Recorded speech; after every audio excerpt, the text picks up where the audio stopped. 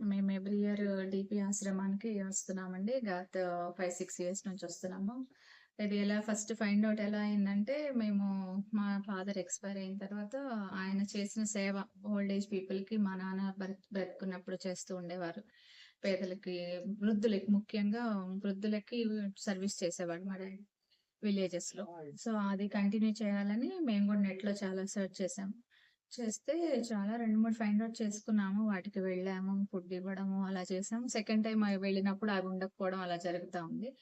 తర్వాత ఈ డీపీ ఆశ్రమానికొచ్చినప్పుడు హ్మ్. ఫస్ట్ టైమే బాగా ఇక్కడ అన్నీ చూపించారు. వాళ్ళు చేసే సేవ, వాళ్ళ రూమ్సు అవన్నీ చూసాము. చాలామంది వృద్ధులని వాళ్ళు ట్రీట్ చేస్తున్న విధానం గాని, సెల్ఫ్ సర్వీస్ అంటే తనే ఓన్‌గా సునీత గారే ఓన్‌గా ప్రిపేర్ చేయడము, వాళ్ళకి ఓన్‌గా బాత్ చేయించడం ఇట్లాంటివన్నీ చూసాం. చూసి బాగా ఇన్‌స్పైర్ అయ్యి ఒక ఫ్యామిలీలాగా ఎక్కువ సేపు స్పెండ్ చేయడము, వీళ్ళతో కూర్చొని వీళ్ళకి సర్వీస్ చేస్తుంటే మాకు బాగా నచ్చింది. అది తర్వాత నెక్స్ట్ ఇయర్ గూడా అలాగే వస్తున్నాం. అలా కంటిన్యూ‌గా 5, 6 ఇయర్స్ నుంచి రావడం వల్ల మాకొక ఫ్యామిలీ బాండింగ్ ఏర్పడింది ఈ సంస్థతో.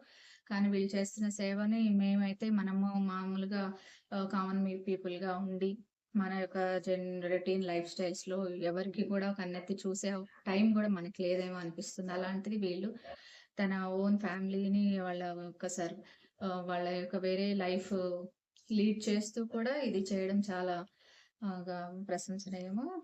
దీన్ని ఇన్‌స్పైర్‌గా తీసుకొని మనం గూడా ఇంకా పేదలకు ఎంతో కొంత వృద్ధులకు మనకు తోచింది చేస్తూ ముందుకు నడవాలని నాకు చాలా ఇన్‌స్పైర్ అవుతాం.